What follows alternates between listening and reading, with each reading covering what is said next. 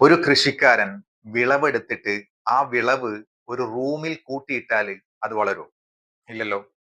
അപ്പോ നമുക്കറിയാവുന്നത് പോലെ അത് വളരണമെങ്കിൽ മണ്ണിൽ കുഴിച്ചിടേണ്ടതുണ്ട്. ഇതേപോലെ സാലറി കിട്ടുന്ന ഒരു വ്യക്തി അദ്ദേഹത്തിന് കിട്ടുന്ന സാലറി സേവ് ചെയ്ത് വെച്ചാല് അത് വളരുമോ? അപ്പോ അത് വളരണമെങ്കിൽ നമ്മൾ എന്ത് ചെയ്യണം? ഇൻവെസ്റ്റ് ചെയ്യണം. ഇൻവെസ്റ്റ്മെന്റ് എന്ന് പറയുമ്പോൾ നമ്മുടെ മനസ്സിലേക്ക് ആദ്യം എത്തുന്നത് എന്താണ്? എന്താണ്? റിസ്ക് ആണ്. അതെ, റിസ്ക് ആണ്. പക്ഷെ നിങ്ങൾക്കൊരു കാര്യം അറിയാം, റിസ്ക് എടുക്കാതിരിക്കുന്നതും റിസ്ക് ആണ്. ഇൻവെസ്റ്റ് ചെയ്യുന്നതിലൂടെയുള്ള റിസ്ക് എടുക്കണോ അതോ ഇൻവെസ്റ്റ് ചെയ്യാതിരിക്കുന്നതിലൂടെയുള്ള റിസ്ക് എടുക്കണോ എന്ന് തീരുമാനിക്കേണ്ടത് നമ്മളാണ്.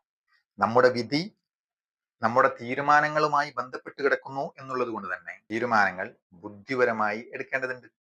ഇനി നമ്മൾ ഇൻവെസ്റ്റ് ചെയ്ത് റിസ്ക് എടുക്കാൻ തീരുമാനിച്ചു കഴിഞ്ഞാൽ നമ്മൾ ശ്രദ്ധിക്കേണ്ട ചില കാര്യങ്ങളുണ്ട്.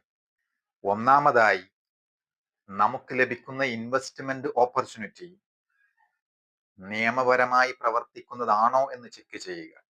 RBI, സെബി പോലത്തെ അതോറിറ്റികളുടെ അംഗീകാരമുള്ളതാണോ എന്ന് ചെക്ക് ചെയ്യുക. അതേപോലെ ഉയർന്ന റിട്ടേൺ ഓഫർ ചെയ്യുന്ന പല സ്കീമിലും പോയി സ്കാമിൽ പെടാതിരിക്കുക. ഇനി ഇസ്ലാമിക് എത്തിക്സ് ഫോളോ ചെയ്യാൻ ആഗ്രഹിക്കുന്നവരാണെങ്കിൽ ലഭിച്ച ഇൻവെസ്റ്റ്മെന്റ് ഓപ്പർച്യൂണിറ്റി ഹലാലാണോ എന്നത് പരിശോധിക്കുക. അപ്പൊ തുടർന്നു വരുന്ന പല വീഡിയോകളിലും ഇൻവെസ്റ്റ്മെന്റും ഇസ്ലാമിക് എത്തിക്സും അല്ലെങ്കിൽ പേഴ്സണൽ ഫൈനാൻസും ഇസ്ലാമിക് എത്തിക്സും കമ്പൈൻ ചെയ്തുകൊണ്ടുള്ള പല വിഷയങ്ങളും നിങ്ങൾക്ക് പ്രതീക്ഷിക്കാം. അപ്പോൾ അത്തരം വിഷയങ്ങളിൽ താല്പര്യമുള്ള ആളാണ് നിങ്ങളെങ്കിൽ തീർച്ചയായും ഇടക്ക് ഈ ചാനൽ ഒന്ന് വിസിറ്റ് ചെയ്യുക. നിങ്ങൾക്ക് ഗുണകരമായ അറിവ് ലഭിക്കുന്നുണ്ട് എന്ന് ഉറപ്പുവരുത്താൻ ഇൻഷാ അല്ലാഹ് ഞാനും ശ്രദ്ധിക്കുന്നതായിരിക്കും. That's all for now.